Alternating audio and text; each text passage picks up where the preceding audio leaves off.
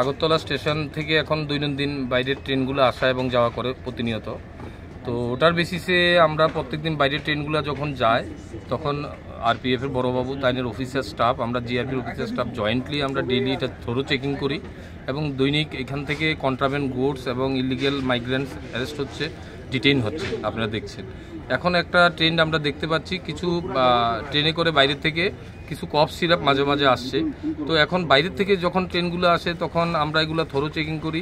তার মধ্যে আজকে ওসি আরপিএফ সাহেবের কাছে যে ইনফরমেশনটা ছিল সেটাকে আমরা জয়েন্টলি একসাথে আমরা ট্রেনটা অ্যারাইভেল হওয়ার আগেই আমরা ওই ট্রেনটাকে কর্ডন করি। কর্ডন করার পর সাসপেক্ট আমরা 6 জনকে আমরা ডিটেইন করতে পেরেছি। তাদের ব্যাগ, যে ব্যাগগুলা বলেছে আপনাদের, এই ব্যাগগুলা আমরা তল্লাশি করে এগুলোর থেকে সাসপেক্টেড ফেন্সিডেল কফ সিরাপ আমরা পেয়েছি, প্রায় 970 বোতল 8টা ব্যাগের মধ্যে। তো এগুলা নিয়ে আমরা এগুলা সিজার করেছি। সিজার করার পর আমরা একটা এনডিপিএস কেস নেব। তো কেস নেওয়ার পর দেখব এখানে যারা অ্যারেস্ট হয়েছে তাদের মধ্যে আমাদের গোয়ালাবস্তির একজন ছেলে আছে, সেও বিহার থেকে এসে এখন পর্যন্ত কনফেস করেছে। বাকি যারা অ্যারেস্ট হয়েছে তারাও বিহারের বাসিন্দা।